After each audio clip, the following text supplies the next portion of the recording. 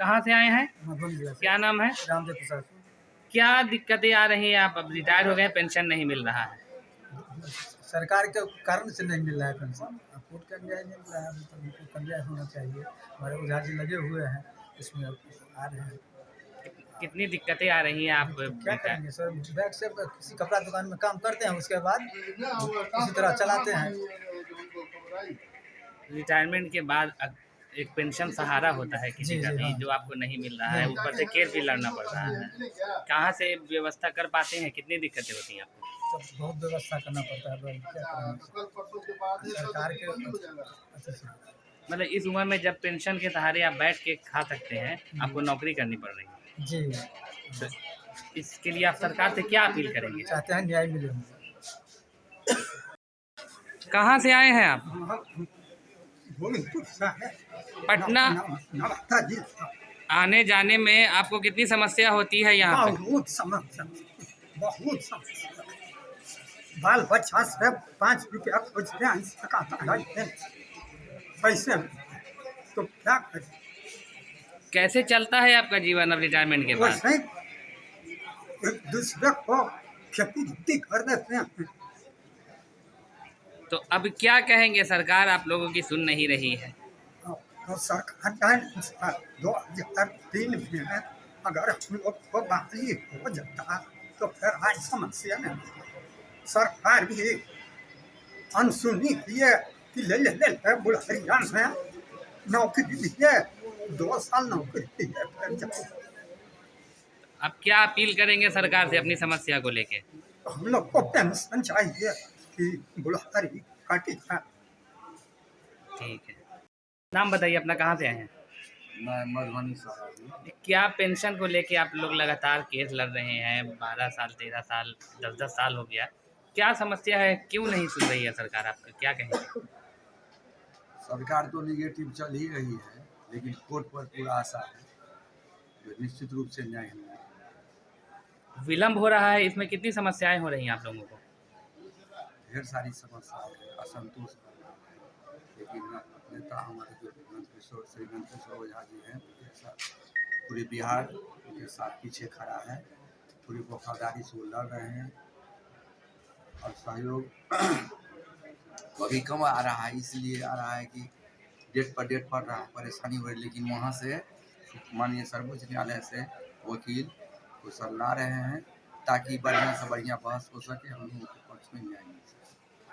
आप लोग रिटायर हो गए हैं, पेंशन भी नहीं मिल रहा है, ऊपर से खर्च केस लड़ने का, कितनी समस्याएं, कितनी दिक्कतें हो रही हैं? कहाँ से पैसे ला रहे हैं तब? कहाँ से, कैसे समस्याएं? आप लोग का जीवन यापन में कितनी दिक्कतें आ रही हैं आप लोग? जीवन यापन में रोजमर्रा के जीवन में बहुत ढेर सारी महंगाई का समय है, मजदूरी हो या काम करके, प्राइवेट काम करके, उसी तरह जैसे तैसे काम चल रहा है परिवार का। मतलब एक शिक्षक को रिटायरमेंट के बाद मजदूरी करनी पड़ रही है। बहुत परेशानी। सरकार से क्या कहेंगे आप लोग? सरकार से यही करें, हमें न्याय मिलना चाहिए। जब 2003 का विज्ञापन है, उस आधार पर तो पेंशन निश्चित रूप से मिलना ही चाहिए, क्योंकि 2005 के बाद बंद किया गया। ठीक, अपना नाम बताइए। रमेश चंद्र पासवान, केसर बाबूलाल पासवान, ग्राम कोट कसार, थाना यमुना, जिला शेखपुरा से आया हूँ। बाबा, क्या समस्या है पेंशन को लेके? आपको फिर बार बार आना पड़ता है पटना भी? हम लोगों को इसीलिए कि 2003 से हम लोगों को वैकेंसी हुआ था, उस समय हम लोगों ने अप्लाई कर दिए, उस समय से बहाली हम लोगों को नहीं किए, इसीलिए करके जो है हम लोग का जो अध्यक्ष है साहब, वो कोर्ट किए, कोर्ट में हम लोगों को आना जाना पड़ रहा है भविष्य के लिए, पेंशन के लिए। अब कैसे चल रहा है आपका जीवन यापन? पेंशन नहीं मिल रहा है। मजदूरी करके खाते कमाते हैं, हमारे लड़का लोगों भी वही करके खाता है। मतलब एक शिक्षक को रिटायरमेंट के बाद मजदूरी करना पड़ रहा है। हाँ।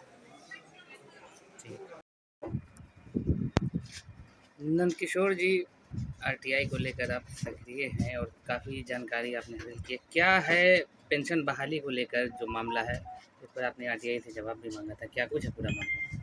मामला ये है कि हम लोगों का पटना हाई कोर्ट से 1/7/2004 को ऑर्डर हुआ था उस समय न्यू पेंशन का जन्म ही नहीं हुआ था और हम लोग 1/7/2004 को पटना हाई कोर्ट से जजमेंट हुआ।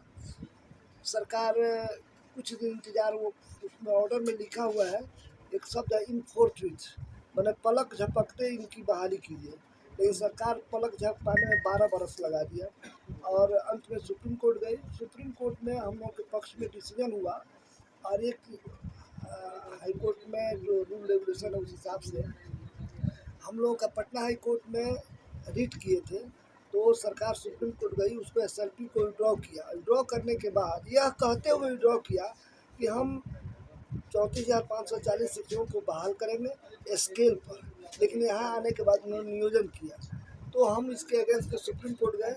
सुप्रीम कोर्ट में कहा कि सरकार एफिडेविट पर लिख के दी थी कि हम पुराने नियमों के तहत हम स्केल पर बहाल थे, ऐसा किया नहीं, तो कोर्ट ऑफ कंटेम्प्ट की।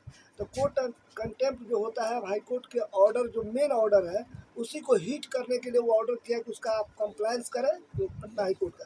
यदि 1/7/2000 ऑर्डर का कंप्लायंस उसी समय हो जाता तो पेंशन बंद हुआ 1 सितंबर 2005 को, तो हम लोगों को पेंशन ऑलरेडी मिलता, लेकिन सरकार जानबूझ करके हम लोग बहाली 2012 में किया और पेंशन से वंचित रखा। बहाली आप लोग की लेट हुई है। आप और क्या कुछ समस्याएं हैं आपकी इस मामले को लेके पूरे? ये इस मामला के लिए समस्या यह है कि हम लोगों का केस पटना हाई कोर्ट में किया गया, उस में और करीब करीब 14 बहस चला और हाई कोर्ट ने जो ऑर्डर दिया वो डिसमिस कर दिया, लेकिन उस ऑर्डर में बहुत सी बातें ऐसी लिखी, उसमें 2003 से हम लोग का एडवर्टीजमेंट था। 2003 से उन्होंने चीफ जस्टिस ने भी कहा था कि 2003 से इन लोगों को यदि नहीं दिया जाता है तो ये पेंशन नहीं मिलेगा, इसलिए इनका सीनियरिटी 2003 से माना जाए। वो ऑर्डर में लिखे हुए हैं, जो अभी 25/362 का ऑर्डर हुआ है उसमें उन्होंने लिखा है, उसमें ये भी लिखा है, सरकार ने एफिडेविट करके कहा कि सबको पेंशन ना दिया जाए, जो लोग कोर्ट में आए हैं, जो पेटिशनर या इंटरवेनर के रूप में कोर्ट में अप्रोच किए हैं उनको पेंशन दिया जाए। इस बात को लेकर जब हम यहाँ डिसमिस किया गया तो हम सुप्रीम कोर्ट गए। हम बहुत सा कागज़ यहाँ पर सुप्रीम हाई कोर्ट में लगाए थे। जब लास्ट डिसीजन था उसमें मेनन साहब ने कहा था कि यदि आप जो भी आर्गूमेंट करने में नहीं कह पाए वो रिटेन में हमको दीजिए, तो हमने करीब 30-35 पेज का है, हमने सारी बिंदु पर चर्चा करके रिटर्न आर्गूमेंट दिया। इन्होंने ऑर्डर में लिखा कि इन्होंने रिटर्न आर्गूमेंट दिया है लेकिन बहस नहीं किया, इसलिए हम इस पर विचार नहीं करेंगे। सुप्रीम कोर्ट में जब ये मामला गया तो उन्होंने लिखा डज नॉट डेल्ट विथ, बिना देखे सुने इन्होंने ऑर्डर पास किया, इसलिए आप इसको रिव्यू पटना हाई कोर्ट के लिए गए। तो हम लोग यहाँ हाई कोर्ट में आए, यहाँ रिव्यू में अंतिम समय में फिर रिव्यू जब लगा तो माननीय न्यायाधीश दिनेश कुमार सिंह और अनिल कुमार उपाध्याय के कोर्ट में लगा। उन्होंने ऑर्डर पास किया कि जितने हम केस किए हुए हैं, हमारे साथ बहुत से लोग केस तय करा दिए, उनको नोटिस किया, बेजाते सब नोटिस सर्व कराया। एक लाइन उन्होंने लिखा कि नोटिस कंप्लीट नहीं होगा तो स्वतः केस डिसमिस समझा जाएगा, लेकिन हमने टोटल लोगों का नोटिस रिसीव करा करके उसका रिव्यू कोर्ट में लगाया। फिर कोर्ट में केस हमारा शुरू हुआ और अनिल उपाध्याय और उस समय जज थे AP शाही थे। AP शाही ने ये कहा कि एडमिट कर दिया गया केस को, और जब हम स्टार्ट किए फिर पुनः, तब तक कोरोना काल आ गया। कोरोना काल में हम लोग कुछ नहीं कहे, और जो इसमें रिपोर्ट थे जज साहब अनिल कुमार उपाध्याय जी, वो बीमार पड़ गए और आज तक हॉस्पिटलाइज हैं, आ नहीं सके, जिससे हम लोग की सुनवाई नहीं हो सकी। फिर हमने पुनः उस जुडिशियल ऑर्डर को जिसमें ये कहा गया था कि अनिल कुमार उपाध्याय और चीफ जस्टिस सुनेंगे, उस ऑर्डर को हमने पटना हाई कोर्ट में पूरा चैलेंज किया है। उसी से संबंधित आज सुनवाई होने वाली थी, लेकिन आज किसी कारणवश सुनवाई नहीं हो सकी और हम लोग उसी के प्रयास में लगे थे। तो सुनवाई अभी नहीं हुई है, तो अभी आप कैसे मान रहे हैं कि आपका काम नहीं हुआ? तो सुनवाई नहीं होने के कारण विलम्ब हो रहा है, इसके चलते हम लोग का काम नहीं हो पा रहा है। मतलब सरकार भी आप लोगों की नहीं सुन रही है क्या? नहीं सुन रही है। किन किन पदों पर बहाली का मामला था ये? ये सिर्फ शिक्षकों की बहाली का मामला था। 34,540 शिक्षकों की बहाली 2012 में हुई और पेंशन बंद हुआ 2005 में, जबकि हमारा जुडिशियल ऑर्डर है 1/7/2004। मतलब 12 साल से आप लगातार इसके पीछे लगे हैं। अब क्या आप कहना चाहेंगे मीडिया के माध्यम से? मीडिया के माध्यम से हम अपील करना चाहेंगे कि हम लोगों को न्याय मिले और न्याय के लिए हम लोग अथक प्रयास कर रहे हैं। पूरे बिहार से जितने भी शिक्षक हैं इसमें एकजुट होकर के हम लोग लड़ाई लड़ रहे हैं।